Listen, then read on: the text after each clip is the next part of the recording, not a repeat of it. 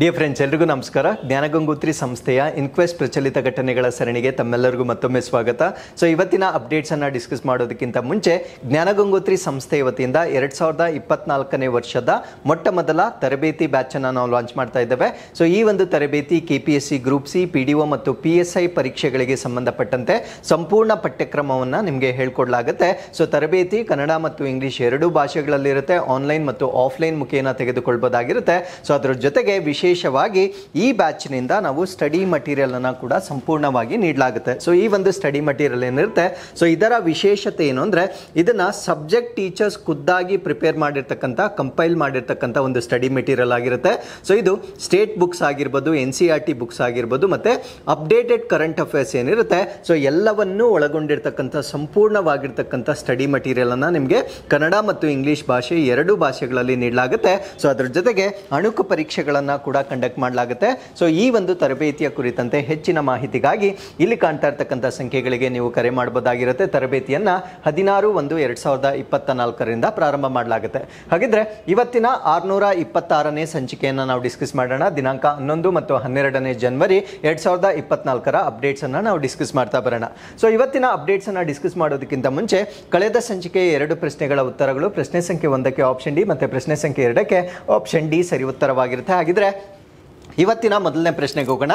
ಚಂದ್ರನನ್ನು ಅನ್ವೇಷಿಸುವ ಉದ್ದೇಶಕ್ಕಾಗಿ ಪೆರೆಗ್ರೀನ್ lunar lander ಅನ್ನು ಉಡಾವಣೆ ಮಾಡಲು ಯಾವ ರಾಕೆಟ್ ಅನ್ನು ಬಳಸಲಾಯಿತು? Which rocket was use to launch the Peregrine lunar lander for its mission to explore the moon? So ಈ ಒಂದು ಕಾರ್ಯಾಚರಣೆಯನ್ನ ಮಾಡ್ತಾ ಇರ್ತಕ್ಕಂಥವ್ರು ನಾಸಾ ವತಿಯಿಂದ ಮಾಡ್ತಾ ಇರ್ತಕ್ಕಂಥ ಒಂದು ಕಾರ್ಯಾಚರಣೆ ಆಗಿರುತ್ತೆ. ಸೊ ಇದು ಮತ್ತೊಮ್ಮೆ ಚಂದ್ರನನ್ನ ಅಧ್ಯಯನ ಮಾಡ್ತಕ್ಕಂಥ ಕಾರ್ಯಾಚರಣೆ ಆಗಿರುತ್ತೆ. ಬಟ್ ಅವರು ದಕ್ಷಿಣ ಧ್ರುವಕ್ಕೆ ಟಾರ್ಗೆಟ್ ಮಾಡ್ತಾ ಇಲ್ಲ.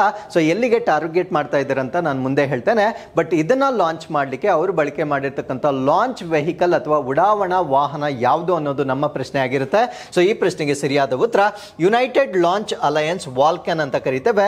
ಸೊ ಈ ಒಂದು ರಾಕೆಟ್ ಅನ್ನ ಬಳಕೆ ಮಾಡಿಕೊಂಡು ಇವರು ಈ ಒಂದು ಪೆರಿಗ್ರೀನ್ ಅಂತಕ್ಕಂಥ ಒಂದು ಲ್ಯಾಂಡರ್ ಅನ್ನ ಲಾಂಚ್ ಮಾಡಿರ್ತಾರೆ. So what you mean by lander? So lander ನ ಚಿತ್ರವನ್ನ ನೀವಿಲ್ಲಿ ನೋಡಬಹುದಾಗಿರುತ್ತೆ.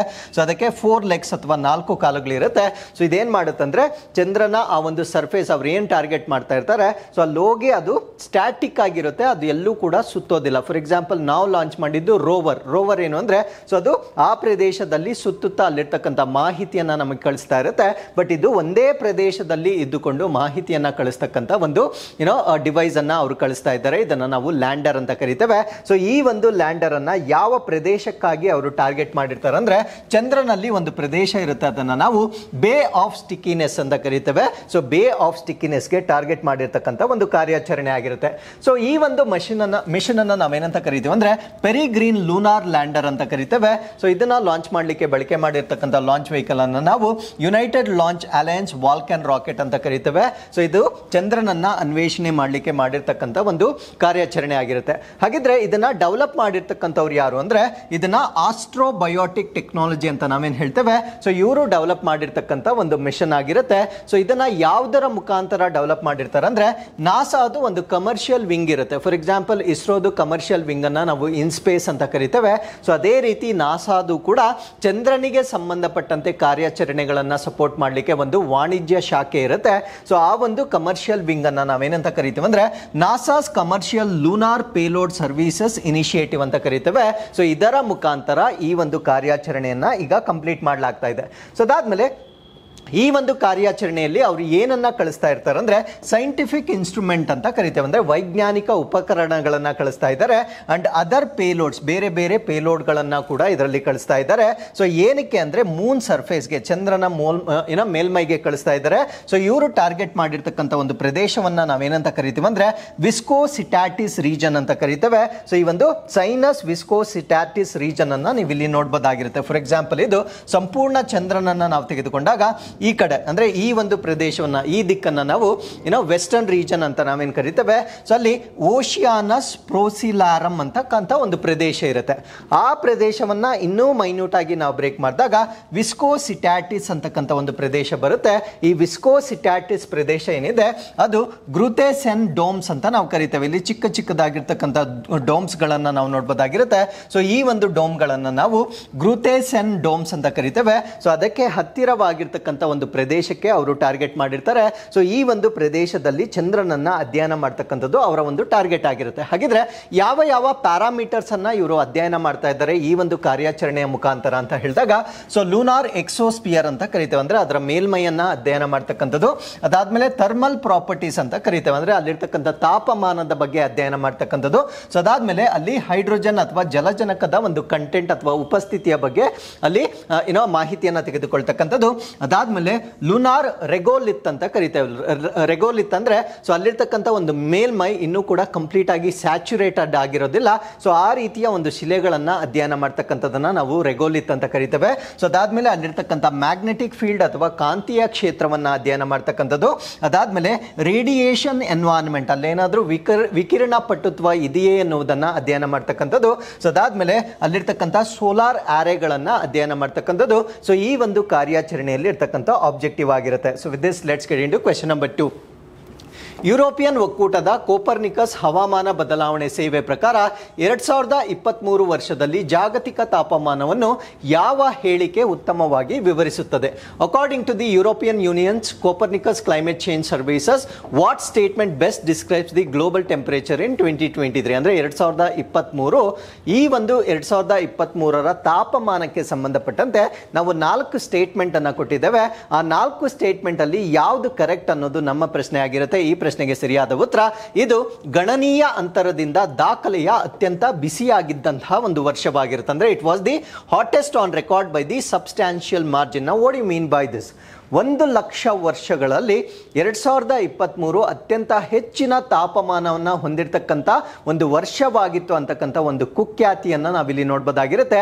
ಸೊ ಅದು ಏನನ್ನ ನಮಗೆ ತಿಳಿಸುತ್ತಂದ್ರೆ ನಮ್ಮ ಒಂದು ಗ್ಲೋಬಲ್ ವಾರ್ಮಿಂಗ್ ಅಥವಾ ಜಾಗತಿಕ ತಾಪಮಾನ ಅಂತಕ್ಕಂಥದ್ದು ಪೀಕ್ನಲ್ಲಿದೆ ಅನ್ನೋದನ್ನ ನಾವಿಲ್ಲಿ ಅರ್ಥ ಮಾಡ್ಕೊಳ್ಬೋದಾಗಿರುತ್ತೆ. ಸೊ ಇದರ ಬಗ್ಗೆ ಹೆಚ್ಚಿನ ಮಾಹಿತಿಯನ್ನು ನಾವು ಡಿಸ್ಕಸ್ ಮಾಡ್ತಾ ಬರೋಣ. ಸೊ 2023 ನಾವು ಹಾಟೆಸ್ಟ್ ಇಯರ್ ಆನ್ ರೆಕಾರ್ಡ್ ಅಂತ ಕರಿತೇವೆ. ಅಂದ್ರೆ ದಾಖಲೆ ಆಗಿರ್ತಕ್ಕಂಥ ಅತ್ಯಂತ ಹೆಚ್ಚು ತಾಪಮಾನವಾಗಿರ್ತಕ್ಕಂಥ ಒಂದು ರಾಷ್ಟ್ರ ಅಂತ ಒಂದು ವರ್ಷ ಅಂತ ನೋಡಬಹುದಾಗಿರುತ್ತೆ. ಸೊ ಇದು ಎಷ್ಟು ವರ್ಷಗಳಲ್ಲಿ ಇದು ಹಾಟೆಸ್ಟ್ ಆಗಿರುತ್ತೆ ಅಂದ್ರೆ ಕಳೆದ 1,00,000 ವರ್ಷಗಳಲ್ಲಿ ಅತ್ಯಂತ ವಾರ್ಮೆಸ್ಟ್, ವರ್ಲ್ಡ್ಸ್ ವಾರ್ಮೆಸ್ಟ್ ಇಯರ್ ಅಂತ ಕರಿತೇವೆ. ಸೊ ವಿಶ್ವದಲ್ಲಿ ಅತ್ಯಂತ ವಾರ್ಮೆಸ್ಟ್ ಆಗಿರ್ತಕ್ಕಂಥ ವರ್ಷವಾಗಿ ನಾವು 2023 ನೋಡಬಹುದಾಗಿರುತ್ತೆ. ಸೊ ಇವಾಗ ನಮಗೆ ಡೌಟ್ ಬರುತ್ತೆ, ಸರ್ 1,00,000 ವರ್ಷದ ಹಿಂದೆ ಏನ್ ತಾಪಮಾನ ಇತ್ತು, ಹೆಂಗೆ ನಾವು ಚೆಕ್ ಮಾಡೋದು ಅಂತ ನಮಗೆ ಪ್ರಶ್ನೆ ಬರುತ್ತೆ. ಸೊ ಈ ಒಂದು ತಾಪಮಾನವನ್ನ ಚೆಕ್ ಮಾಡ್ಲಿಕ್ಕೆ ಅವರು ಬಳಕೆ ಮಾಡಿರ್ತಕ್ಕಂಥ ಒಂದು ಸೈಂಟಿಫಿಕ್ ಮೆಥಡಾಲಜಿಯನ್ನ ನಾವೇನಂತ ಕರಿತೇವೆ ಅಂದ್ರೆ ಪೇಲಿಯೋ ಕ್ಲೈಮೆಟಿಕ್ ಡೇಟಾ ಅಂತ ಕರಿತೇವೆ. ಅಂದ್ರೆ ಪೇಲಿಯೋ ಅಂದ್ರೆ ಹಳೆ ಕಾಲದ ಒಂದು ಡೇಟಾ ಅಥವಾ ದತ್ತಾಂಶ ಅಂತ ಕರಿತೇವೆ. ಸೊ ಅದನ್ನ ಹೇಗೆ ಫೈಂಡ್ ಔಟ್ ಮಾಡ್ತಾರೆ ಅಂದ್ರೆ ಟ್ರೀ ರಿಂಗ್ಸ್ ಅಂತ ಕರಿತೇವೆ. ಅಂದ್ರೆ ಮರದಲ್ಲಿರ್ತಕ್ಕಂಥ ಒಂದು ರಿಂಗ್ಸ್ ಅಂದ್ರೆ ಆನ್ಯುಲಾರ್ ರಿಂಗ್ಸ್ ಅಂತ ಕರಿತೇವೆ. ಅಂದ್ರೆ ಮರಗಳ ವಯಸ್ಸನ್ನ ನಾವು ಕಂಡುಹಿಡಿಯಲಿಕ್ಕೆ ಸೊ ಅದರ ರಿಂಗ್ಸ್ ಅನ್ನ ಹೇಗೆ ಕೌಂಟ್ ಮಾಡ್ತೇವೆ. ಸೊ ಈ ಒಂದು ರಿಂಗ್ಸ್ ಏನಿರುತ್ತೆ ಅದು ಆಕ್ಚುಲಿ ಸೀಸನ್ನ ಆಧಾರದ ಮೇಲೆ ಅಂದ್ರೆ ಟೆಂಪರೇಚರ್ನ ಆಧಾರದ ಮೇಲೆ ಆ ರಿಂಗ್ಸ್ ಮಧ್ಯೆ ಇರ್ತಕ್ಕಂಥ ಒಂದು ಡಿಸ್ಟೆನ್ಸ್ ಚೇಂಜ್ ಆಗ್ತಾ ಹೋಗುತ್ತೆ. ಫಾರ್ ಎಕ್ಸಾಂಪಲ್ ಇಲ್ಲಿ ನೋಡಿ, ರೈನಿ ಸೀಸನ್ಗೂ ಮತ್ತೆ ಡ್ರೈ ಸೀಸನ್ಗೆ ಕಂಪೇರ್ ಮಾಡ್ಕೊಂಡಾಗ ಸೊ ರೈನಿ ಸೀಸನ್ ಅಲ್ಲಿ ಆನ್ಯುಲಾರ್ ರಿಂಗ್ಸ್ ನಡುವೆ ಗ್ಯಾಪ್ ಜಾಸ್ತಿ ಇರುತ್ತೆ. ಸೊ ಅದೇ ಡ್ರೈ ಸೀಸನ್ ಅಲ್ಲಿ ನಾವು ಚೆಕ್ ಮಾಡಿದಾಗ ಸೊ ಆ ಒಂದು ರಿಂಗ್ಸ್ ಮಧ್ಯೆ ಇರ್ತಕ್ಕಂಥ ಗ್ಯಾಪ್ ಬಹಳ ಕಡಿಮೆ ಇರುತ್ತೆ. ಸೊ ಇದನ್ನ ಅಧ್ಯಯನ ಮಾಡುವುದರ ಮುಖಾಂತರ 1,00,000 ವರ್ಷಗಳಲ್ಲಿ 2023 ಅತ್ಯಂತ ಹೆಚ್ಚು ತಾಪಮಾನ ಹೊಂದಿತ್ತು ಅಂತಕ್ಕಂಥ ಒಂದು ದಾಖಲೆಯನ್ನ ಮಾಡಿರ್ತಕ್ಕಂಥ ವರ್ಷ ಆಗಿರುತ್ತೆ. ಸೊ ಇದು ಒನ್ ಆಫ್ ದಿ ಮೆಥಡ್ಸ್ ಆಗಿರುತ್ತೆ. ಅಂದ್ರೆ ಟ್ರೀ ರಿಂಗ್ಸ್ ಅನ್ನ ಅಧ್ಯಯನ ಮಾಡ್ತಕ್ಕಂಥದ್ದು ಒಂದು ವಿಧಾನವಾಗಿದ್ರೆ, ಸೊ ಅದ್ರ ಜೊತೆಗೆ ಏರ್ ಬಬಲ್ಸ್ ಇನ್ ಗ್ಲೇಷಿಯರ್ ಅಂದ್ರೆ ಈ ಒಂದು ಹಿಮ ನದಿಗಳು ಅಂತ ನಾವೇನ್ ಹೇಳ್ತೇವೆ, ಸೊ ಅಲ್ಲಿರ್ತಕ್ಕಂಥ ಗಾಳಿಯ ಗುಳ್ಳೆಗಳನ್ನ ಅಧ್ಯಯನ ಮಾಡುವುದರ ಮುಖಾಂತರ ಸೊ 2023 1,00,000 ವರ್ಷಗಳಲ್ಲಿ ಅತ್ಯಂತ ಹೆಚ್ಚಿನ ತಾಪಮಾನವನ್ನ ಹೊಂದಿರತಕ್ಕಂಥ ವರ್ಷ ಅಂತ ಡಿಕ್ಲೇರ್ ಮಾಡಲಾಗಿರುತ್ತೆ. ಸೊ ಅದಾದ್ಮೇಲೆ ಯಾಕೆ ಎಷ್ಟು ಟೆಂಪರೇಚರ್ ಇದು ಜಾಸ್ತಿ ಆಗಿತ್ತು ಅಂದ್ರೆ ನಾವು ಯಾವಾಗಲೂ ಏನಕ್ಕೆ ಹೋಲಿಕೆ ಮಾಡ್ತೀವಿ ಅಂದ್ರೆ ಪ್ರೀ ಇಂಡಸ್ಟ್ರಿಯಲ್ ಎರಾಗೆ ಹೋಲಿಕೆ ಮಾಡ್ತೀವಿ. ಪ್ರೀ ಇಂಡಸ್ಟ್ರಿಯಲ್ ಎರಾ ಅಂದ್ರೆ ಕೈಗಾರಿಕಾ ಪೂರ್ವ ಯುಗಕ್ಕೆ ನಾವು ಕಂಪೇರ್ ಮಾಡ್ತೀವಿ. ಕಾರಣ ಏನು ಅಂದ್ರೆ ಸೊ ಯಾವಾಗ ಇಂಡಸ್ಟ್ರಿಗಳು ಸ್ಟಾರ್ಟ್ ಆಯ್ತು ಅವಾಗ ನಾವು ಫಾಸಿಲ್ ಫ್ಯೂಯಲ್ ಅನ್ನ ಜಾಸ್ತಿ ಬರ್ನ್ ಮಾಡಕ್ಕೆ ಸ್ಟಾರ್ಟ್ ಮಾಡಿದ್ದೇವೆ. ಸೊ ಅಲ್ಲಿಂದ ಟೆಂಪರೇಚರ್ ಕ್ರಮೇಣವಾಗಿ ಇನ್ಕ್ರೀಸ್ ಆಗ್ತಾ ಬರ್ತಾ ಇದೆ. 1850 1900 ಪ್ರೀ ಇಂಡಸ್ಟ್ರಿಯಲ್ ಪೀರಿಯಡ್ ಏನಿರುತ್ತೆ ಸೊ ಈ ಒಂದು ತಾಪಮಾನದ ಸ್ಟ್ಯಾಂಡರ್ಡ್ ಏನಿರುತ್ತೆ ಅದಕ್ಕೆ ನಾವು ಪ್ರತಿ ಸಾರಿ ಹೋಲಿಕೆ ಮಾಡ್ತಕ್ಕಂಥದ್ದು ಒಂದು ಪದ್ಧತಿ ಆಗಿರುತ್ತೆ. ಸೊ ಈ ಒಂದು ಸಮಯಕ್ಕೆ ಹೋಲಿಕೆ ಮಾಡಿಕೊಂಡಾಗ 2023ರಲ್ಲಿ ಈ ಸರಾಸರಿ ತಾಪಮಾನ ಏನಿರುತ್ತೆ ಸೊ ಅದು 1.48 ಡಿಗ್ರಿ ಸೆಲ್ಸಿಯಸ್ ಅಷ್ಟು ಜಾಸ್ತಿ ಇದೆ ಅನ್ನೋದನ್ನ ನಾವಿಲ್ಲಿ ಗಮನಿಸಬಹುದಾಗಿರುತ್ತೆ. ಬರೀ ಇಷ್ಟೇನಾ ಅಂತ ನಮಗೆ ಅನ್ಸುತ್ತೆ. ಒಂದೊಂದು ಪಾಯಿಂಟ್ ಇನ್ಕ್ರೀಸ್ ಆದಾಗೂ ಕೂಡ ಸೊ ಸಾಕಷ್ಟು ಕಾನ್ಸಿಕ್ವೆನ್ಸಸ್ ಅನ್ನ ನಾವು ಫೇಸ್ ಮಾಡಬೇಕಾಗಿರುತ್ತೆ. ಗ್ಲೇಷಿಯರ್ ಮೆಲ್ಟ್ ಆಗುತ್ತೆ, ಆಮೇಲೆ ಪ್ರೊಡಕ್ಟಿವಿಟಿ ಆಫ್ ದಿ ಕ್ರಾಪ್ಸ್ ಕಡಿಮೆ ಆಗುತ್ತೆ, ಸಾಕಷ್ಟು ಪ್ರಾಬ್ಲಮ್ಸ್ ಗಳನ್ನ ನಾವು ವಿಟ್ನೆಸ್ ಮಾಡಬೇಕಾಗಿರುತ್ತೆ. ಸೊ ಅದರಿಂದ 2023 ಅತ್ಯಂತ ಹೆಚ್ಚು ತಾಪಮಾನವನ್ನ ಹೊಂದಿದ್ದಂತಹ ಒಂದು ವರ್ಷವಾಗಿರುತ್ತೆ. ಸೊ ಇದಕ್ಕೆ ಪ್ರಮುಖವಾಗಿರ್ತಕ್ಕಂಥ ಕಾರಣ ಏನು ಅಂದ್ರೆ ಪ್ರಪಂಚದಲ್ಲಿ ಬಿಡುಗಡೆ ಆಗಿರ್ತಕ್ಕಂಥ ಕಾರ್ಬನ್ ಡೈಆಕ್ಸೈಡ್ ಮಟ್ಟ ಏನಿರುತ್ತೆ ಸೊ ಅದು 2023ರಲ್ಲಿ ಅತ್ಯಂತ ಅಧಿಕವಾಗಿ ರೆಕಾರ್ಡ್ ಆಗಿರ್ತಕ್ಕಂಥ ಒಂದು ವರ್ಷವಾಗಿರುತ್ತೆ. ಸೊ ಅದಾದ್ಮೇಲೆ ಲಾಸ್ಟ್ ಇಯರ್ ಈ ಒಂದು ಕಾರ್ಬನ್ ಡೈಆಕ್ಸೈಡ್ ಏನಿರುತ್ತೆ ಇದು ಅಟ್ಮಾಸ್ಫಿಯರ್ ಅಲ್ಲಿ ಎಷ್ಟಿರುತ್ತೆ ಅಂದ್ರೆ 419 ಪಾರ್ಟ್ಸ್ ಪರ್ ಮಿಲಿಯನ್ ಇರುತ್ತೆ. ಅಂದ್ರೆ ಟೋಟಲ್ ಅಟ್ಮಾಸ್ಫಿಯರ್ ಅಲ್ಲಿ ಇರ್ತಕ್ಕಂಥ ಗಾಳಿಯನ್ನ ನಾವು 1 ಮಿಲಿಯನ್ ಪಾರ್ಟ್ಸ್ ಆಗಿ ಬ್ರೇಕ್ ಮಾಡಿದಾಗ ಸೊ ಅದರಲ್ಲಿ 419 ಪಾರ್ಟ್ಸ್ ಅಷ್ಟು ನಾವು ಕಾರ್ಬನ್ ಡೈಆಕ್ಸೈಡ್ ಅನ್ನ ನೋಡಬಹುದಾಗಿರುತ್ತೆ. ಸೊ ಇದೆಲ್ಲ ಪಾಯಿಂಟ್ಸ್ ನಿಮಗೆ ಎನ್ವೈರನ್ಮೆಂಟ್ ರಿಲೇಟೆಡ್ ಎಸ್ಸೆ ಅಥವಾ ಮೇನ್ಸ್ ಆನ್ಸರ್ ರೈಟಿಂಗ್ ಬರೆಯುವಾಗ ಸೊ ಇದನ್ನ ನೀವು ನಿಮ್ಮ ಕೊಟೇಶನ್ ಆಗಿ ಯೂಸ್ ಮಾಡಬಹುದು. ಆಕ್ಚುಲಿ ಇದನ್ನ ಹಾಟೆಸ್ಟ್ ಇಯರ್ ಅಂತ ಏನಿದೆ ಸೊ ಇಲ್ಲಿಂದಾನೇ ನೀವು ಇಂಟ್ರೊಡಕ್ಷನ್ ಅನ್ನ ಸ್ಟಾರ್ಟ್ ಮಾಡಬಹುದಾಗಿರುತ್ತೆ. ಸೊ ಅದು ಏನನ್ನ ರಿಫ್ಲೆಕ್ಟ್ ಮಾಡುತ್ತೆ ಅಂದ್ರೆ the global warming is at it's peak ಅನ್ನೋದನ್ನ ನಾವಿಲ್ಲಿ ತೋರಿಸಬಹುದಾಗಿರುತ್ತೆ. ಸೊ ಅದಾದ್ಮೇಲೆ ನಮಗೆ ಒಂದು ಅಗ್ರಿಮೆಂಟ್ ಅನ್ನ ಮಾಡ್ಕೊಂಡಿದ್ದೇವೆ. ಅಂದ್ರೆ ಈ ಒಂದು ತಾಪಮಾನವನ್ನ ಕಂಟೈನ್ ಮಾಡಲಿಕ್ಕೆ ಒಂದು ಅಗ್ರಿಮೆಂಟ್ ಅನ್ನ ಮಾಡ್ಕೊಂಡಿದ್ದೇವೆ. ಸೊ ಇದು 2015ರಲ್ಲಿ ಸಹಿ ಹಾಕಿರ್ತಕ್ಕಂಥ ಒಂದು ಪ್ಯಾರಿಸ್ ಒಪ್ಪಂದವಾಗಿರುತ್ತೆ. ಸೊ ಪ್ಯಾರಿಸ್ ಒಪ್ಪಂದದ ಪ್ರಕಾರ ಈ ಒಂದು ಆವರೇಜ್ ಟೆಂಪರೇಚರ್ ಅಥವಾ ಸರಾಸರಿ ತಾಪಮಾನ ಏನಿರುತ್ತೆ ಸೊ ಅದನ್ನ 1.5 ಡಿಗ್ರಿ ಸೆಲ್ಸಿಯಸ್ ಗಿಂತ ಜಾಸ್ತಿ ಆಗಬಾರ್ದು ಅಂತಕ್ಕಂಥ ಒಂದು ಟಾರ್ಗೆಟ್ ಇರುತ್ತೆ. ಬಟ್ ಆಲ್ರೆಡಿ ನಾವು ಅದನ್ನ ಬಹಳ ಹತ್ತತ್ರ ಬಂದ್ಬಿಟ್ಟಿದ್ದೇವೆ. 2023ಕ್ಕೆ ಆಲ್ಮೋಸ್ಟ್ ನಾವು ಅದಕ್ಕೆ ಕ್ಲೋಸ್ ಬಂದ್ಬಿಟ್ಟಿದ್ದೇವೆ. ಸೊ ಹಾಗಿದ್ರೆ ಈ ಒಂದು ಪ್ಯಾರಿಸ್ ಅಗ್ರಿಮೆಂಟ್ ಅನ್ನ ನಾವು ಫುಲ್ಫಿಲ್ ಮಾಡ್ತಕ್ಕಂಥ ಸಾಧ್ಯತೆಗಳು ಬಹಳ ಕಡಿಮೆ ಕಾಣಿಸ್ತಾ ಇರೋದನ್ನ ನಾವಿಲ್ಲಿ ನೋಡಬಹುದಾಗಿರುತ್ತೆ. So with this let's get into question number 3. ಭಾರತವು ಇತ್ತೀಚೆಗೆ 5 ವರ್ಷಗಳ ಅವಧಿಗೆ ಯಾವ 3 ಚೀನಿ ಉತ್ಪನ್ನಗಳ ಮೇಲೆ ಡಂಪಿಂಗ್ ವಿರೋಧಿ ಸುಂಕವನ್ನು ವಿಧಿಸಿದೆ? India has recently imposed anti dumping duties on which 3 Chinese products for the duration of 5 years. ಅಂದ್ರೆ ಇದನ್ನ ಆಂಟಿ ಡಂಪಿಂಗ್ ಡ್ಯೂಟಿ ಅಂತ ಕರೀತೇವೆ. ಇದರ ಅರ್ಥ ಏನು ಅಂದ್ರೆ ಸೊ ಬೇರೆ ರಾಷ್ಟ್ರಗಳಿಂದ ಸರಕುಗಳನ್ನ ನಮ್ಮ ರಾಷ್ಟ್ರದಲ್ಲಿ ಮಾರಾಟ ಮಾಡಿದಾಗ ಸೊ ಇಲ್ಲಿರ್ತಕ್ಕಂಥ ಸರಕುಗಳ ಬೆಲೆಗಳಿಗೆ ಅದು ಮ್ಯಾಚ್ ಆಗಬೇಕು. ಅವಾಗ ಆ ಒಂದು ಕಾಂಪಿಟೇಷನ್ ಇದ್ದಾಗ ಮಾತ್ರ ಇಲ್ಲಿರ್ತಕ್ಕಂಥ ಸ್ಥಳೀಯರು ನಮ್ಮ ಉತ್ಪನ್ನಗಳನ್ನ ಖರೀದಿ ಮಾಡ್ತಕ್ಕಂಥ ಒಂದು ಒಲವನ್ನ ತೋರಿಸ್ತಾರೆ. ಸೊ ಇಮ್ಯಾಜಿನ್ ಬೇರೆ ದೇಶದಿಂದ ಬಂದಿರತಕ್ಕಂಥ ಉತ್ಪನ್ನಗಳ ಬೆಲೆ ನಮ್ಮ ದೇಶದಲ್ಲಿ ಉತ್ಪಾದನೆ ಆಗ್ತಕ್ಕಂಥ ಉತ್ಪನ್ನಗಳ ಬೆಲೆಗಿಂತ ಬಹಳ ಕಡಿಮೆ ಇದ್ದಾಗ ಆಬ್ವಿಯಸ್ಲಿ ಆಸ್ ಅ ಕನ್ಸ್ಯೂಮರ್ ಏನ್ ಮಾಡ್ತಾರೆ ಅಂದ್ರೆ ಕಡಿಮೆ ಬೆಲೆ ಇರ್ತಕ್ಕಂಥ ವಸ್ತುಗಳನ್ನ ಖರೀದಿ ಮಾಡ್ತಕ್ಕಂಥ ಪ್ರಯತ್ನ ಮಾಡ್ತಾರೆ. ಸೊ ಈ ಒಂದು ಕಾರಣದಿಂದ ಚೈನಾದಿಂದ ಬಂದಿರತಕ್ಕಂಥ 3 ಉತ್ಪನ್ನಗಳು ಭಾರತ ದೇಶದ ಉತ್ಪನ್ನಗಳಿಗಿಂತ ಬಹಳ ಬೆಲೆಯಲ್ಲಿ ಕಡಿಮೆ ಇದ್ದಂತಹ ಕಾರಣದಿಂದ ಸೊ ಇಲ್ಲಿರ್ತಕ್ಕಂಥ ಸ್ಥಳೀಯ ಉತ್ಪಾದಕರಿಗೆ ತೊಂದರೆಯಾಗಬಾರದು ಅನ್ನುವ ಕಾರಣಕ್ಕಾಗಿ ಸೊ ಅವರಿಗೆ ಅಡಿಷನಲ್ ಟ್ಯಾಕ್ಸ್ ಅನ್ನ ಹಾಕ್ತಾರೆ. ಯಾವಾಗ ಅವರಿಗೆ ಅಡಿಷನಲ್ ಟ್ಯಾಕ್ಸ್ ಅನ್ನ ಹಾಕ್ತಾರೆ ಆಟೋಮ್ಯಾಟಿಕಲಿ ಅವರು ಕೂಡ ಬೆಲೆಯನ್ನ ಇನ್ಕ್ರೀಸ್ ಮಾಡ್ತಾರೆ. ಸೊ ಆ ರೀತಿಯಾಗಿ 3 ಉತ್ಪನ್ನಗಳಿಗೆ ಈಗ ಆಂಟಿ ಡಂಪಿಂಗ್ ಡ್ಯೂಟಿಯನ್ನ ಇಂಪೋಸ್ ಮಾಡ್ತಾರೆ. ಸೊ ಒಂದ್ಸತಿ ಇಂಪೋಸ್ ಮಾಡಿದ್ರೆ ಅದು 5 ವರ್ಷಗಳ ಕಾಲ ಆ ಒಂದು ಡ್ಯೂಟಿ ಇರುತ್ತೆ. ಆ 3 ಉತ್ಪನ್ನಗಳು ಯಾವುದು ಅನ್ನೋದು ನಮ್ಮ ಪ್ರಶ್ನೆ ಆಗಿರುತ್ತೆ. ಸೊ ಈ ಪ್ರಶ್ನೆಗೆ ಸರಿಯಾದ ಉತ್ತರ ವೀಲ್ ಲೋಡರ್ಗಳು, ಜಿಪ್ಸಮ್ ಟೈಲ್ಗಳು ಮತ್ತು ಕೈಗಾರಿಕಾ ಲೇಸರ್ ಯಂತ್ರೋಪಕರಣಗಳು ಅಂತ ಕರಿತೇವೆ ಅಥವಾ ಇಂಡಸ್ಟ್ರಿಯಲ್ ಲೇಸರ್ ಮೆಷಿನರಿ ಅಂತ ಕರಿತೇವೆ. ಅಂದ್ರೆ ವೀಲ್ ಲೋಡರ್ ಅಂದ್ರೆ it is like a JCB ತರ ಇರುತ್ತೆ. ಸೊ ಆ ರೀತಿ ಇರತಕ್ಕಂಥ ಒಂದು ಪ್ರಾಡಕ್ಟ್ಗೆ ಇವಾಗ ಆಂಟಿ ಡಂಪಿಂಗ್ ಡ್ಯೂಟಿಯನ್ನ ವಿಧಿಸಿರ್ತಾರೆ. ಸೊ ಆ 3 ಪ್ರಾಡಕ್ಟ್ಸ್ ಯಾವ್ದು ಅಂತ ನಮ್ಗೆ ಗೊತ್ತಾಯ್ತು. ಚೆನ್ನಾಗಿ ಜ್ಞಾಪಕ ಇಟ್ಕೊಳ್ಳಿ. ಒಂದನ್ನ ವೀಲ್ ಲೋಡರ್ ಅಂತ ಕರಿತೇವೆ, ಇನ್ನೊಂದನ್ನ ಜಿಪ್ಸಮ್ ಟೈಲ್ಸ್ ಅಂತ ಕರಿತೇವೆ, ಇನ್ನೊಂದನ್ನ ಇಂಡಸ್ಟ್ರಿಯಲ್ ಲೇಸರ್ ಮಿಷನರಿ ಅಂತ ಕರಿತೇವೆ. ಸೊ ಈ 3 ಉತ್ಪನ್ನಗಳಿಗೆ 5 ವರ್ಷಗಳವರೆಗೆ ಆಂಟಿ ಡಂಪಿಂಗ್ ಡ್ಯೂಟಿಯನ್ನ ಇಂಪೋಸ್ ಮಾಡಿರೋದನ್ನ ನಾವಿಲ್ಲಿ ನೋಡಬಹುದಾಗಿರುತ್ತೆ. ಹಾಗಿದ್ರೆ ಸೊ ಈ ರೀತಿಯ ಒಂದು ಆಂಟಿ ಡಂಪಿಂಗ್ ಡ್ಯೂಟಿಯನ್ನ ಇಂಪೋಸ್ ಮಾಡಲಿಕ್ಕೆ ಯಾರು ಶಿಫಾರಸುಗಳನ್ನ ಕೊಡ್ತಾರೆ ಅಂತ ಕೇಳಿದಾಗ DGTR ಅಂತ ನಿಮಗೆ ಗೊತ್ತಿರಬೇಕಾಗಿರುತ್ತೆ. ಸೊ ಇದರ ಅರ್ಥ ಏನು ಅಂದ್ರೆ directorate of general of trade remedies ಅಂತ ಕರಿತೇವೆ. So directorate general of trade remedies ಅಂತ ಏನಿರ್ತಾರೆ ಸೊ ಇವರು ಶಿಫಾರಸುಗಳನ್ನ ಕೊಡೋದ್ರ ಮುಖಾಂತರ ಈ ಒಂದು ಆಂಟಿ ಡಂಪಿಂಗ್ ಡ್ಯೂಟಿಯನ್ನ ಇಂಪೋಸ್ ಮಾಡ್ತಾರೆ. So they concluded that these products have been exported at the price below the normal value. So ಈ ಒಂದು ಉತ್ಪನ್ನಗಳು ನಾರ್ಮಲ್ ವ್ಯಾಲ್ಯೂ ಅಥವಾ ಸಾಮಾನ್ಯ ದರಗಳು ಏನಿರ್ತವೆ ಸೊ ಅದಕ್ಕಿಂತ ಕಡಿಮೆ ದರದಲ್ಲಿ ಅವು ಇಂಪೋರ್ಟ್ ಆಗ್ತಾ ಇರ್ತಕ್ಕಂಥ ಕಾರಣದಿಂದ ಸೊ ಇಲ್ಲಿರ್ತಕ್ಕಂಥ ಪ್ರಾಡಕ್ಟ್ಸ್ಗೆ ತೊಂದರೆ ಆಗಬಾರ್ದು ಅನ್ನೋ ಕಾರಣಕ್ಕಾಗಿ ಈ ಒಂದು ಡಿಸಿಷನ್ ಅನ್ನು ತೆಗೆದುಕೊಂಡಿರುತ್ತೆ. ಸೊ ಇವರು ಬರೀ ರೆಕಮೆಂಡೇಶನ್ ಅನ್ನ ಮಾಡ್ತಾರೆ. ಬಟ್ ಅದನ್ನ ಫೈನಲಿ ಇಂಪ್ಲಿಮೆಂಟ್ ಮಾಡ್ತಕ್ಕಂಥವ್ರು ಯಾರು ಅಂದ್ರೆ ಸೊ ಫಿನಾನ್ಸ್ ಮಿನಿಸ್ಟ್ರಿ ಅಥವಾ ಹಣಕಾಸು ಸಚಿವಾಲಯ ಅಂತ ನಾವೇನ್ ಹೇಳ್ತೇವೆ ಸೊ ಅವರ ವತಿಯಿಂದ ಇದನ್ನ ಕಾರ್ಯರೂಪಕ್ಕೆ ತರಲಾಗುತ್ತೆ. So with this let's get into question number 4. ಭಾರತದಲ್ಲಿ ಇತ್ತೀಚೆಗೆ ಬಿಡುಗಡೆಯಾದ ಉಗ್ರಂ ಅಸಾಲ್ಟ್ ರೈಫಲ್ ಅನ್ನು ಯಾವ ಸಂಸ್ಥೆ ಅಭಿವೃದ್ಧಿಪಡಿಸಿದೆ? Which organisation develop the Ugram assault rifle recently launched by India? So ಈ ಪ್ರಶ್ನೆಗೆ ಸರಿಯಾದ ಉತ್ತರ ನಮ್ಮ ಭಾರತ ದೇಶದ DRDO ವತಿಯಿಂದ ಸೊ ಈ ಒಂದು ಉಗ್ರಂ ಎಂದು ಕರೀತಕ್ಕಂಥ ಒಂದು ಅಸಾಲ್ಟ್ ರೈಫಲ್ ಅನ್ನ ಸ್ಥಳೀಯವಾಗಿ ಮ್ಯಾನುಫ್ಯಾಕ್ಚರ್ ಮಾಡಿರ್ತಾರೆ ಅಥವಾ ತಯಾರಿ ಮಾಡಿರ್ತಾರೆ. ಸೊ ಇದನ್ನ ತಯಾರಿ ಮಾಡಿರ್ತಕ್ಕಂಥವ್ರು DRDO ಆಗಿರ್ತಾರೆ. ಸೊ ಇದಕ್ಕೆ ಏನಂತ ನಾಮಕರಣ ಮಾಡಿರ್ತಾರೆ ಅಂದ್ರೆ ಉಗ್ರಂ ಅಂತ ಇದಕ್ಕೆ ನಾಮಕರಣ ಮಾಡಿರ್ತಾರೆ. ಸೊ ಇದನ್ನ ಈ ಚಿತ್ರದಲ್ಲಿ ನೀವು ನೋಡಬಹುದಾಗಿರುತ್ತೆ. ಸೊ ಇಲ್ಲಿ ಸಿಂಬಲ್ ಕೂಡ ನಿಮ್ಗೆ ಕಾಣಿಸ್ತಾ ಇರುತ್ತೆ. So make in India symbol ಅನ್ನು ಕೂಡ ನಾವು ಇದರಲ್ಲಿ ಗಮನಿಸಬಹುದಾಗಿರುತ್ತೆ. ಸೊ ಈ ಒಂದು ಅಸಾಲ್ಟ್ ರೈಫಲ್ ಅನ್ನ ನಾವು ಉಗ್ರಂ ಅಂತ ಕರೀತೇವೆ. ಇದನ್ನ ಡೆವಲಪ್ ಮಾಡಿರ್ತಕ್ಕಂಥವ್ರು DRDO ವತಿಯಿಂದ ಡೆವಲಪ್ ಮಾಡಿರ್ತಾರೆ. ಹಾಗಿದ್ರೆ DRDO ಯಾವ ಶಾಖೆಯಲ್ಲಿ ಇದನ್ನ ಡೆವಲಪ್ ಮಾಡಿದ್ದಾರೆ ಅಂತ ಕೇಳಿದಾಗ armament research and development establishment ಇದೆಲ್ಲಿರುತ್ತೆ ಅಂದ್ರೆ so Pune based DRDO wing ಆಗಿರುತ್ತೆ. ಸೊ ಇಲ್ಲಿ ಇದನ್ನ ಪ್ರಮುಖವಾಗಿ ಮ್ಯಾನುಫ್ಯಾಕ್ಚರ್ ಮಾಡಿ ಅಥವಾ ತಯಾರಿ ಮಾಡಿರ್ತಕ್ಕಂಥ ಒಂದು ರೈಫಲ್ ಆಗಿರುತ್ತೆ. ಸೊ ಏನಕ್ಕೆ ಇದನ್ನ ಮ್ಯಾನುಫ್ಯಾಕ್ಚರ್ ಮಾಡ್ತಾ ಇದ್ದಾರೆ ಅಂದ್ರೆ ಇದನ್ನ GSQR ಅಂತ ಕರಿತೇವೆ. GSQR ಅಂದ್ರೆ ಜನರಲ್ ಸ್ಟಾಫ್ ಕ್ವಾಲಿಟೇಟಿವ್ ರಿಕ್ವೈರ್ಮೆಂಟ್ ಅಂತ ಕರಿತೇವೆ. ಅಂದ್ರೆ ನಮ್ಮ ಭಾರತೀಯ ಸೇನೆ ಏನಿರುತ್ತೆ ಸೊ ಅವರಿಗೆ ಏನ್ ರಿಕ್ವೈರ್ಮೆಂಟ್ ಇರುತ್ತೆ ಅದನ್ನ ನಾವು ಜನರಲ್ ಸ್ಟಾಫ್ ಕ್ವಾಲಿಟೇಟಿವ್ ರಿಕ್ವೈರ್ಮೆಂಟ್ ಅಂತ ನಾವೇನು ಹೇಳ್ತೇವೆ. ಸೊ ಅದನ್ನ ಫುಲ್ಫಿಲ್ ಮಾಡಲಿಕ್ಕೆ ಇದನ್ನ ನಮ್ಮ ಭಾರತ ದೇಶದಲ್ಲಿ ಮೊಟ್ಟ ಮೊದಲನೇ ಬಾರಿಗೆ ಸ್ಥಳೀಯವಾಗಿ ಇದನ್ನ ಉತ್ಪಾದನೆ ಮಾಡಿ ಲಾಂಚ್ ಮಾಡಿರ್ತಾರೆ. ಸೊ ಇದರ ಒಟ್ಟು ತೂಕ ಎಷ್ಟಿರುತ್ತೆ ಅಂದ್ರೆ 4 ಕಿಲೋಗ್ರಾಮ್ಸ್ weight ಅನ್ನ ಹೊಂದಿರತಕ್ಕಂಥ ಒಂದು ರೈಫಲ್ ಆಗಿರುತ್ತೆ. So with this let's get into question number 5. ಯಾವ ದೇಶವು ಯುನೆಸ್ಕೋ ವಿಶ್ವ ಪರಂಪರೆಯ ಸಮಿತಿ 2024ರ ಅಧ್ಯಕ್ಷ ಮತ್ತು ಆತಿಥ್ಯವನ್ನ ವಹಿಸುತ್ತದೆ? So which country is set to chair and host UNESCO world heritage committee 2024? So UNESCO ಬಗ್ಗೆ ನಿಮಗೆ ಗೊತ್ತಿದೆ, ಇದು ವಿಶ್ವ ಪಾರಂಪರಿಕ ತಾಣಗಳನ್ನ ಅನೌನ್ಸ್ ಮಾಡ್ತಕ್ಕಂಥದ್ದು ಮತ್ತು ಅವುಗಳನ್ನ ರಕ್ಷಣೆ ಮಾಡ್ತಕ್ಕಂಥ ಪ್ರಮುಖವಾಗಿರ್ತಕ್ಕಂಥ ಒಂದು ವ್ಯವಸ್ಥೆ ಆಗಿರುತ್ತೆ. ಸೊ ಇದಕ್ಕೆ ಸಂಬಂಧಪಟ್ಟಂತೆ ಒಂದು ಕಮಿಟಿ ಅಥವಾ ಒಂದು ಸಮಿತಿ ಇರುತ್ತೆ.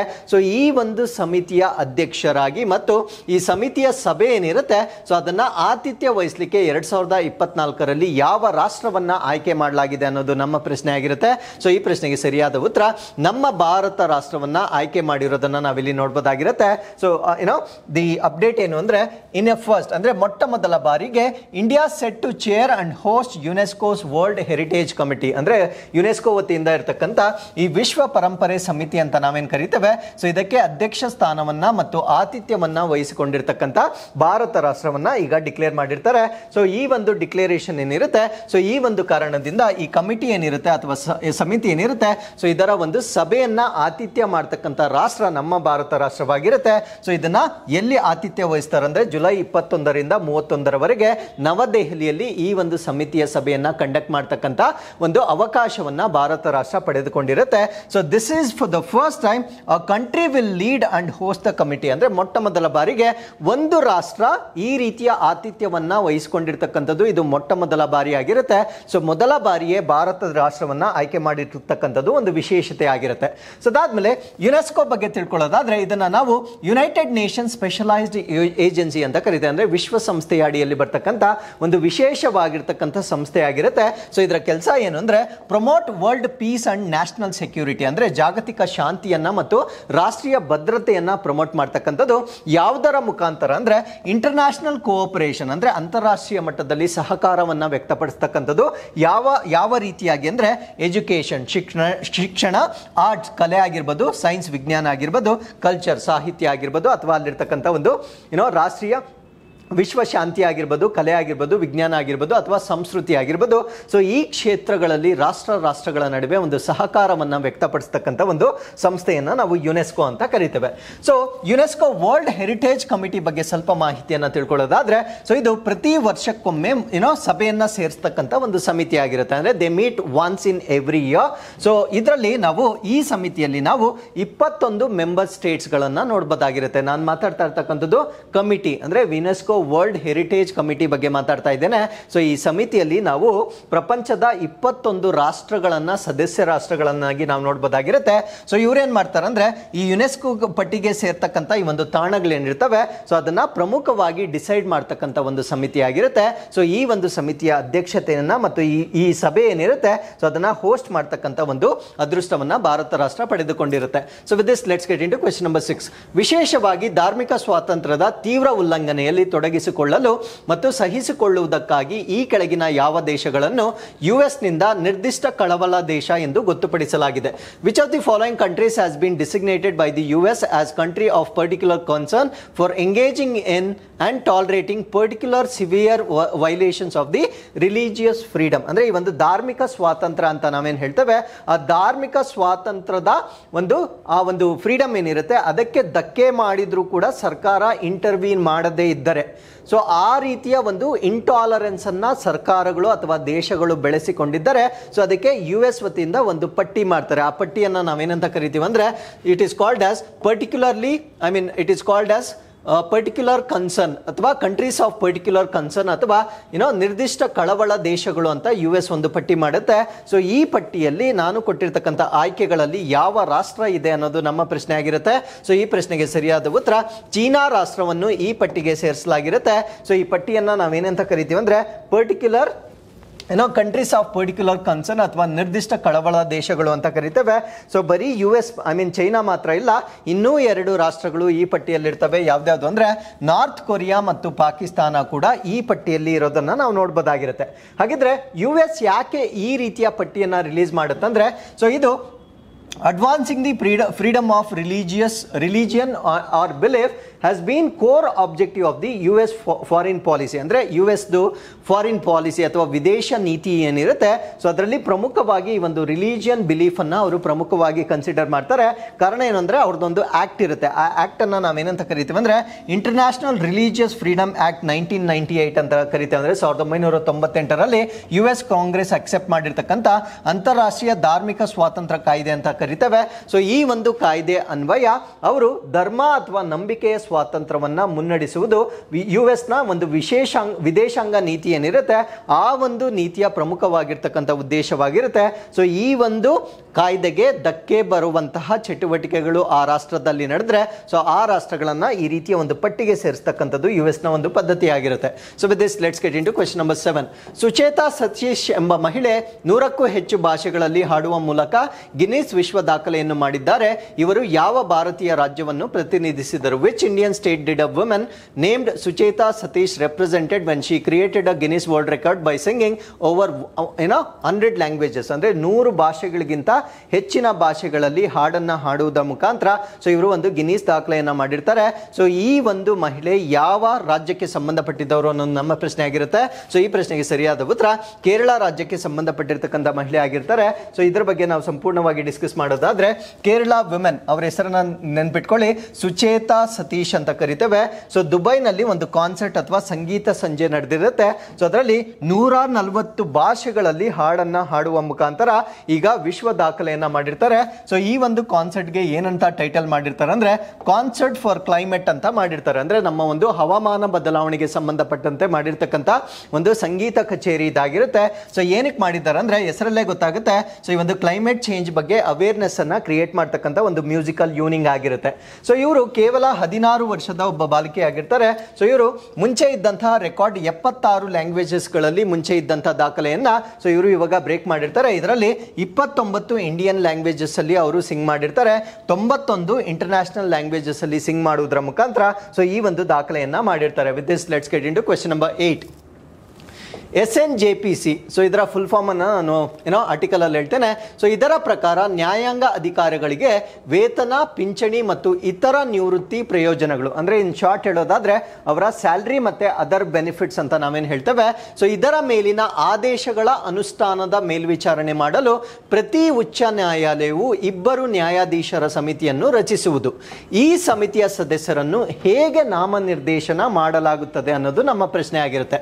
So for over seeing implementation of orders on pay, pension and other retirement benefits for judicial officers. ಅಂದ್ರೆ ಜುಡಿಷಿಯಲ್ ಆಫೀಸರ್ ಅಂದ್ರೆ ಸೊ ನಮ್ಮ ದೇಶದ ಕಾನೂನು ಅಧಿಕಾರಿಗಳಿಗೆ ಅವರ ಸ್ಯಾಲರಿ ಆಗಿರ್ಬೋದು, ಪೆನ್ಷನ್ ಆಗಿರ್ಬೋದು ಅಥವಾ ಬೇರೆ ಬೇರೆ ಬೆನಿಫಿಟ್ಸ್ ಆಗಿರ್ಬೋದು ಅದನ್ನ ಇಂಪ್ಲಿಮೆಂಟ್ ಮಾಡಲಿಕ್ಕೆ ಸೊ ಒಂದು ಕಮಿಟಿಯನ್ನ ಈಗ ಸ್ಥಾಪನೆ ಮಾಡಿರ್ತಾರೆ. ಈ ಒಂದು ಕಮಿಟಿಯಲ್ಲಿ 2 ಜಡ್ಜ್ಗಳನ್ನ ನೋಡಬಹುದಾಗಿರುತ್ತೆ. ಆ 2 ಜಡ್ಜ್ಗಳನ್ನ ಯಾರು ನಾಮಿನೇಟ್ ಮಾಡ್ತಾರೆ ಅಥವಾ ಈ ಒಂದು ಕಮಿಟಿಯನ್ನ ನಾಮಿನೇಟ್ ಮಾಡ್ತಕ್ಕಂಥವ್ರು ಯಾರು ಅನ್ನೋದು ನಮ್ಮ ಪ್ರಶ್ನೆ ಪ್ರಶ್ನೆ ಆಗಿರುತ್ತೆ. ಸೊ ಈ ಪ್ರಶ್ನೆಗೆ ಸರಿಯಾದ ಉತ್ತರ ಮುಖ್ಯ ನ್ಯಾಯಾಧೀಶರಿಂದ ನಾಮನಿರ್ದೇಶನಗೊಳ್ಳುತ್ತಾರೆ. ಅಂದ್ರೆ they will be nominated by the chief justice of ಇಂಡಿಯಾದಿಂದ ನಾಮನಿರ್ದೇಶನಗೊಳ್ಳೋದನ್ನ ನಾವು ಇದನ್ನ ಇಲ್ಲಿ ನೋಡಬಹುದಾಗಿರುತ್ತೆ. ಸೊ ಇದನ್ನ ನಾವು constitution of committee in all high courts for implementation of the judicial pay commission ಅಂತ ಕರಿತೇವೆ. ಅಂದ್ರೆ ನಮ್ಮ ಭಾರತ ದೇಶದ ನ್ಯಾಯಾಂಗದ ವೇತನ ಆಯೋಗ ಏನಿರುತ್ತೆ, ಸೊ ಅದನ್ನ ಜಾರಿಗೆ ತರಲಿಕ್ಕೆ ಒಂದು ಕಮಿಟಿಯನ್ನ ಸ್ಥಾಪನೆ ಮಾಡಿರ್ತಾರೆ. ಅದರಲ್ಲಿ 2 ಜಡ್ಜ್ಗಳನ್ನ ನಾವು ನೋಡಬಹುದಾಗಿರುತ್ತೆ. ಸೊ ಇದನ್ನ ನಾವು 2 ಜಡ್ಜ್ ಕಮಿಟಿ ಅಂತ ಕರಿತೇವೆ. ಸೊ ಇವ್ರನ್ನ ನಾಮಿನೇಟ್ ಮಾಡ್ತಕ್ಕಂಥವ್ರು ಯಾರು ಅಂತ ನಮ್ಗೆ ಗೊತ್ತಾಯ್ತು. ಸೊ ಮುಖ್ಯ ನ್ಯಾಯಾಧೀಶರು ಅಥವಾ ಚೀಫ್ ಜಸ್ಟಿಸ್ ಆಫ್ ಇಂಡಿಯಾ ವತಿಯಿಂದ ಅವರು ನಾಮನಿರ್ದೇಶನಗೊಳ್ತಾರೆ.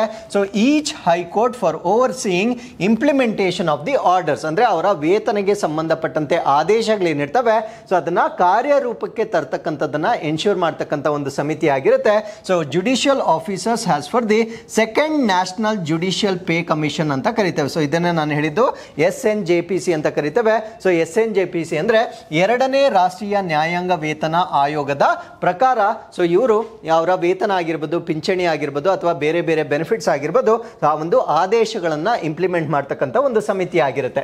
ಸೊ ಈ ಒಂದು ಕಮಿಟಿಯನ್ನ ಏನಂತ ಕರೀತಾರೆ ಅಂದ್ರೆ committee for services condition service conditions of the district judiciary ಅಂತ ಕರಿತೇವೆ. ಅಂದ್ರೆ ಜಿಲ್ಲಾ ನ್ಯಾಯಾಂಗ ಸೇವಾ ಷರತ್ತುಗಳ ಸಮಿತಿ ಅಂತ ಕರಿತೇವೆ. ಸೊ ಈ ಒಂದು ಸಮಿತಿಯ ಪ್ರಿನ್ಸಿಪಲ್ ಫಂಕ್ಷನ್ಸ್ ಏನು ಅಂದ್ರೆ overseas the proper implementation of the recommendations of the SNJPC ಏನ್ ಶಿಫಾರಸುಗಳನ್ನ ಕೊಟ್ಟಿರ್ತಾರೆ ಸೊ ಅದು ಸರಿಯಾಗಿ ಇಂಪ್ಲಿಮೆಂಟ್ ಮಾಡ್ತಾ ಇದ್ದೀರಾ ಇಲ್ವಾ ಅನ್ನೋದನ್ನ ಚೆಕ್ ಮಾಡ್ತಕ್ಕಂಥದ್ದು ಈ ಒಂದು ಸಮಿತಿಯ ರೆಸ್ಪಾನ್ಸಿಬಿಲಿಟಿ ಆಗಿರುತ್ತೆ. So with this let's get into question number 9. ಮುಡು ಎಂದು ಕರೆಯಲ್ಪಡುವ ಪುರಾತನ ಮರದ ಸ್ಲಿಪ್ಗಳ ಒಂದು ಸೆಟ್ ಅನ್ನು ಇತ್ತೀಚೆಗೆ ಹೊಸ ಪುರಾತತ್ವ ಶಾಸ್ತ್ರದ ಆವಿಷ್ಕಾರದಲ್ಲಿ ಎಲ್ಲಿ ಕಂಡು ಹಿಡಿಯಲಾಗಿದೆ ಅಥವಾ ಪತ್ತೆ ಹಚ್ಚಲಾಗಿದೆ? Where was a set of ancient wooden slips known as mudu recently unearthed in the new archaeological discovery? ಈ ಪ್ರಶ್ನೆಗೆ ಸರಿಯಾದ ಉತ್ತರ ಸೊ ಚೈನಾದಲ್ಲಿ ಈ ರೀತಿಯ ಒಂದು ವುಡನ್ ಸ್ಲಿಪ್ಗಳನ್ನ ಅಥವಾ ಮರದ ಸ್ಲಿಪ್ಗಳನ್ನ ಈಗ ಡಿಸ್ಕವರಿ ಮಾಡಿರ್ತಾರೆ. ಸೊ ಇದರ ವಿಶೇಷತೆ ಏನು ಅಂತ ನಾವು ನೋಡೋದಾದ್ರೆ ಸೊ ಈ ವುಡನ್ ಸ್ಲಿಪ್ಗಳನ್ನ ನಾವು ಓಲ್ಡ್ ಸೆಲೆಸ್ಟಿಯಲ್ ಕ್ಯಾಲೆಂಡರ್ ಅಂತ ಕರಿತೇವೆ. ಅಂದ್ರೆ ಪುರಾತನ ಕಾಲದ ಒಂದು ಸೆಲೆಸ್ಟಿಯಲ್ ಕ್ಯಾಲೆಂಡರ್ ಅಂತ ಕರೀತೇವೆ. ಫಾರ್ ಎಕ್ಸಾಂಪಲ್ ಯಾವುದೇ ಒಂದು ಕ್ಯಾಲೆಂಡರ್ ಅನ್ನ ನಾವು ಡಿಸೈನ್ ಮಾಡಬೇಕಾಗಿದ್ರೆ ನಮಗೆ movement of the earth, movement of the sun ಇವೆಲ್ಲ ದೃಢವಾಗಿ ಗೊತ್ತಿರಬೇಕಾಗಿರುತ್ತೆ. ಅದರ ಆಧಾರದ ಮೇಲೆ ನಾವು ಕ್ಯಾಲೆಂಡರ್ ಅನ್ನ ಡಿಸೈನ್ ಮಾಡ್ತೇವೆ. ಸೊ ಇಲ್ಲಿ ನಾವು ಏನನ್ನ ವಿಟ್ನೆಸ್ ಮಾಡ್ತಾ ಇದ್ದೀವಿ ಅಂದ್ರೆ ಸೊ ಈ ಒಂದು ಸೆಲೆಸ್ಟಿಯಲ್ ಕ್ಯಾಲೆಂಡರ್ ಇವಾಗ ಏನ್ ಚೈನಾದಲ್ಲಿ ಸಿಕ್ಕಿದೆ ಸೊ ಅದು 2000 ವರ್ಷಗಳ ಹಳೆಯದಾಗಿರ್ತಕ್ಕಂಥ ಒಂದು ಸೆಲೆಸ್ಟಿಯಲ್ ಕ್ಯಾಲೆಂಡರ್ ಆಗಿರುತ್ತೆ. ಸೊ ಇದನ್ನ ವುಡನ್ ಸ್ಲಿಪ್ಸ್ ಅಂತ ಕರೀತಾರೆ. ಸೊ ಇದರಿಂದ ನಮ್ಗೆ ಏನ್ ಅರ್ಥ ಆಗ್ತಾ ಇದೆ ಅಂದ್ರೆ ಚೈನಾದವರು ಪ್ರಪೋಸ್ ಮಾಡ್ತಾ ಇರ್ತಕ್ಕಂಥದ್ದು ಏನು ಅಂದ್ರೆ 2000 ವರ್ಷಗಳ ಹಿಂದೆಯೇ ಈ ಒಂದು ಸೆಲೆಸ್ಟಿಯಲ್ ಅಥವಾ ನಮ್ಮ ಒಂದು ಬ್ರಹ್ಮಾಂಡ ಏನಿದೆ ಸೊ ಅದರ ಬಗ್ಗೆ ಚೈನೀಸ್ಗೆ ಅರಿವಿತ್ತು ಅಂತಕ್ಕಂಥದ್ದನ್ನ ನಾವಿಲ್ಲಿ ಗಮನಿಸಬಹುದಾಗಿರುತ್ತೆ. ಬಿಕಾಸ್ ಯಾವುದೇ ಒಂದು ಕ್ಯಾಲೆಂಡರ್ ಅನ್ನ ಡಿಸೈನ್ ಮಾಡಬೇಕಾಗಿದ್ರೆ ನಮಗೆ ಖಗೋಳ ಶಾಸ್ತ್ರದ ಬಗ್ಗೆ ಮಾಹಿತಿ ಇದ್ರೆ ಮಾತ್ರ ನಾವು ಕ್ಯಾಲೆಂಡರ್ ಅನ್ನ ಡಿಸೈನ್ ಮಾಡಲಿಕ್ಕೆ ಸಾಧ್ಯ ಆಗುತ್ತೆ. ಸೊ ಇದನ್ನ ನಾವು set of ancient wooden slips ಅಂತ ಕರಿತೇವೆ. ಸೊ ಇದನ್ನ ಏನಂತ ಕರೀತಾರೆ ಅಂದ್ರೆ ಚೈನೀದಲ್ಲಿ ಮುಡು ಅಂತ ಕರೀತಾರೆ. ಸೊ ಇದನ್ನ ಸೌತ್ ವೆಸ್ಟ್ ಚೈನಾದಲ್ಲಿ ಈಗ ಡಿಸ್ಕವರ್ ಮಾಡಿರೋದನ್ನ ನಾವಿಲ್ಲಿ ಗಮನಿಸಬಹುದಾಗಿರುತ್ತೆ. ಸೊ ಈ ಒಂದು ಮುಡು ಏನಿದೆ ಸೊ ಇದು ಯಾವ ಕಾಲಕ್ಕೆ ಅಥವಾ ಯಾವ ಡೈನಾಸ್ಟಿಗೆ ಸೇರಿದೆ ಅಂದ್ರೆ ವೆಸ್ಟರ್ನ್ ಹಾನ್ ಡೈನಾಸ್ಟಿ ಅಥವಾ ಸಂತತಿ ಅಂತ ಕರಿತೇವೆ. ಸೊ ದಿನಾಂಕವನ್ನ ನೋಡಿದಾಗ 206 BC ಇಂದ AD 25 ಮಧ್ಯದಲ್ಲಿರ್ತಕ್ಕಂಥ ಒಂದು ಡೈನಾಸ್ಟಿಗೆ ಸೇರಿರ್ತಕ್ಕಂಥ ಒಂದು ವುಡನ್ ಸ್ಲಿಪ್ ಗಳನ್ನ ಈಗ ಪತ್ತೆ ಹಚ್ಚಿರ್ತಾರೆ. So it shows the light on the celestial knowledge of the ancient China. ಅಂದ್ರೆ ಪುರಾತನ ಚೈನಾದಲ್ಲಿ ಸೊ ಈ ಒಂದು ಬಾಹ್ಯಾಕಾಶ ಅಥವಾ ಖಗೋಳ ಶಾಸ್ತ್ರಕ್ಕೆ ಸಂಬಂಧಪಟ್ಟಂತೆ ಜ್ಞಾನವನ್ನ ಅವರು ಹೊಂದಿದ್ದರು ಅಂತಕ್ಕಂಥದ್ದನ್ನ ಅವರು ಇಲ್ಲಿ ಪ್ರೂವ್ ಮಾಡ್ತಾ ಇದ್ದಾರೆ. So it is first time such artefacts are found in the country. So ಈ ಒಂದು ರಾಷ್ಟ್ರದಲ್ಲಿ ಸೊ ಈ ರೀತಿಯ ವಸ್ತುಗಳು ಸಿಕ್ಕಿರ್ತಕ್ಕಂಥದ್ದು ಇದೇ ಮೊಟ್ಟ ಮೊದಲ ಉದಾಹರಣೆ ಆಗಿರುತ್ತೆ. ಸೊ ಇಲ್ಲಿ ಟೋಟಲ್ 23 ವುಡನ್ ಸ್ಲಿಪ್ ಗಳನ್ನ ಅವರು ಫೈಂಡ್ ಔಟ್ ಮಾಡಿರ್ತಾರೆ. So characters pertaining to the Tiangan Dizhi ಅಂತ ಕರಿತೇವೆ. ಸೊ ತಿಯಾಂಗಾಂಗ್ ದೀಜಿ ಅಂದ್ರೆ an intricate astronomical calendar system ಅಂತ ಕರಿತೇವೆ. ಅಂದ್ರೆ ಈ ಒಂದು ಖಗೋಳ ಶಾಸ್ತ್ರದ ಒಂದು ಕ್ಯಾಲೆಂಡರ್ ಸಿಸ್ಟಮ್ ಅನ್ನ ಅವರು ಪತ್ತೆ ಹಚ್ಚಿರ್ತಾರೆ. ಸೊ ಇದಕ್ಕೆ ಏನಂತ ಕರೀತಾರೆ ಅಂದ್ರೆ ತಿಯಾಂಗಾಂಗ್ ದೀಜಿ ಅಂತ ಕರೀತಾರೆ. ಸೊ ಇದು ಶಾಂಗ್ ಡೈನಾಸ್ಟಿ ಅಂದ್ರೆ dates back to Shang dynasty ಅಥವಾ ಶಾಂಗ್ ಸಂತತಿಗೆ ಸೇರಿರ್ತಕ್ಕಂಥ ಒಂದು ಕ್ಯಾಲೆಂಡರ್ ಅನ್ನ ಇಲ್ಲಿ ಅನೌನ್ಸ್ ಮಾಡಿರ್ತಾರೆ. So with this we have come to the special day. So world Hindi day 2024 ಅಥವಾ ವಿಶ್ವ ಹಿಂದಿ ದಿನ 2024. ಸೊ ಈ ಒಂದು ದಿನವನ್ನ ಪ್ರತಿ ವರ್ಷ ಜನವರಿ 10ನೇ ತಾರೀಕು ಆಚರಣೆ ಮಾಡ್ತಾರೆ. ಸೊ ಇದು ಪ್ರಪಂಚದಾದ್ಯಂತ ಆಚರಣೆ ಮಾಡ್ತಕ್ಕಂಥ ಒಂದು ದಿನವಾಗಿರುತ್ತೆ. ಸೊ ನಮ್ಮ ಭಾರತ ದೇಶದಲ್ಲಿ ಮಾತ್ರವಲ್ಲದೆ ಹಿಂದಿಯನ್ನ ಬೇರೆ ರಾಷ್ಟ್ರಗಳಲ್ಲೂ ಕೂಡ ಮಾತಾಡ್ತಾರೆ. ಸೊ ನಮ್ಮ ರಾಷ್ಟ್ರದಲ್ಲಿ ಯಾವ ಯಾವ ರಾಜ್ಯಗಳಲ್ಲಿ ಮಾತಾಡ್ತಾರೆ ಅನ್ನೋದನ್ನ ನಾವಿಲ್ಲಿ ಪಟ್ಟಿ ಮಾಡಿದ್ದೇವೆ. ಅದ್ರ ಜೊತೆಗೆ ಮರಿಷಿಯಸ್, ನೇಪಾಲ್, ಫಿಜಿ, ಸೂರಿನಾಮೆ, ಗಯಾನಾ ಮತ್ತೆ ಟ್ರಿನಿಡಾಡ್ ಮತ್ತೆ ಟೊಬ್ಯಾಗೊದಲ್ಲೂ ಕೂಡ ಸೊ ಹಿಂದಿಯನ್ನ ಹೆಚ್ಚಾಗಿ ಮಾತಾಡ್ತಕ್ಕಂಥ ಒಂದು ಪಾಪ್ಯುಲೇಷನ್ ಅನ್ನು ನಾವು ನೋಡ್ಬೋದಾಗಿರುತ್ತೆ. ಸೊ ಹಿಂದಿ ಅಂತಕ್ಕಂಥದ್ದು it is written in Devanagari script ಅಲ್ಲಿ ಬರೀತಕ್ಕಂಥ ಒಂದು ಭಾಷೆ ಆಗಿರುತ್ತೆ. So it is one of the 22 scheduled languages of the country. ಅಂದ್ರೆ ನಮ್ಮ ಭಾರತ ದೇಶದ ಅನುಸೂಚಿತ ಭಾಷೆಗಳ ಪಟ್ಟಿಯಲ್ಲಿ ಹಿಂದಿಯನ್ನ ಕೂಡ ನಾವಿಲ್ಲಿ ನೋಡ್ಬೋದಾಗಿರುತ್ತೆ. ಇದು one of the official languages of the union government, ಕೇಂದ್ರ ಸರ್ಕಾರದ ಒಂದು ಅಧಿಕೃತ ಭಾಷೆ ಆಗಿರುತ್ತೆ. ಬಟ್ ಇದು ನ್ಯಾಷನಲ್ ಲ್ಯಾಂಗ್ವೇಜ್ ಆಗಿರೋದಿಲ್ಲ. ಸೊ ಇನ್ನೊಂದು ಅಧಿಕೃತ ಭಾಷೆಯನ್ನ ನಾವು ಇಂಗ್ಲಿಷ್ ಅಂತ ಕರಿತೇವೆ. ಸೊ ಅದಾದ್ಮೇಲೆ ಈ ವರ್ಷದ ಹಿಂದಿ ದಿವಸ್ನ ಥೀಮ್ ಏನಾಗಿರುತ್ತೆ ಅಂದ್ರೆ bridging traditional knowledge and artificial intelligence. ಅಂದ್ರೆ ಈ ಒಂದು ಹಿಂದಿ ಸಾಂಪ್ರದಾಯಿಕ ಜ್ಞಾನ ಮತ್ತೆ ಕೃತಕ ಬುದ್ಧಿಮತ್ತೆಯನ್ನ ವಿಲೀನ ಮಾಡ್ತಕ್ಕಂಥದ್ದು ಈ ವರ್ಷದ ಥೀಮ್ ಆಗಿರುತ್ತೆ. So with this we are come to inquest challenge number 626. ಇವತ್ತಿನ ಪ್ರಶ್ನೆ, ಕಾರ್ಗಿಲ್ನ ಅಡ್ವಾನ್ಸ್ಡ್ ಲ್ಯಾಂಡಿಂಗ್ ಗ್ರೌಂಡ್ ನಲ್ಲಿ ಭಾರತೀಯ ವಾಯುಪಡೆಯು ರಾತ್ರಿ ಲ್ಯಾಂಡಿಂಗ್ ಮಾಡಿದ ಯುದ್ಧ ತಂತ್ರದ ಸಾರಿಗೆ ವಿಮಾನ ಹೆಸರೇನು? Options A333 Tejas, Sukhoi Su-30 Mark 1, Mirage 2000, C-13 super Hercules ನಿಮ್ಮ ಆಯ್ಕೆಗಳಾಗಿರುತ್ತೆ. ಸೊ ಎರಡನೇ ಪ್ರಶ್ನೆ, ಲಗ್ರಾಂಜಿಯನ್ ಪಾಯಿಂಟ್ ಸೂರ್ಯ ಮತ್ತು ಭೂಮಿಯ ರೇಖೆಯ ನಡುವೆ ಇರುತ್ತದೆ. ಸೊ ಇದು ಭೂಮಿಯಿಂದ ಎಷ್ಟು ಕಿಲೋಮೀಟರ್ ದೂರದಲ್ಲಿದೆ? ಆಪ್ಷನ್ 1 1 ಮಿಲಿಯನ್, 1.5 ಮಿಲಿಯನ್, 2 ಮಿಲಿಯನ್ ಮತ್ತೆ 2.5 ಮಿಲಿಯನ್ ನಿಮ್ಮ ಆಯ್ಕೆಗಳಾಗಿರುತ್ತೆ. ಸೊ ಇಲ್ಲಿಗೆ ಇವತ್ತಿನ ಎಲ್ಲ ಅಪ್ಡೇಟ್ಸ್ ಕಂಪ್ಲೀಟ್ ಆಗಿರುತ್ತೆ. ಮತ್ತೊಮ್ಮೆ ನಾಳಿನ ಅಪ್ಡೇಟ್ಸ್ನೊಂದಿಗೆ ನಾನು ನಿಮ್ಮನ್ನ ಭೇಟಿ ಆಗ್ತೇನೆ. So once again thank you very much for watching this, and take care and keep reading.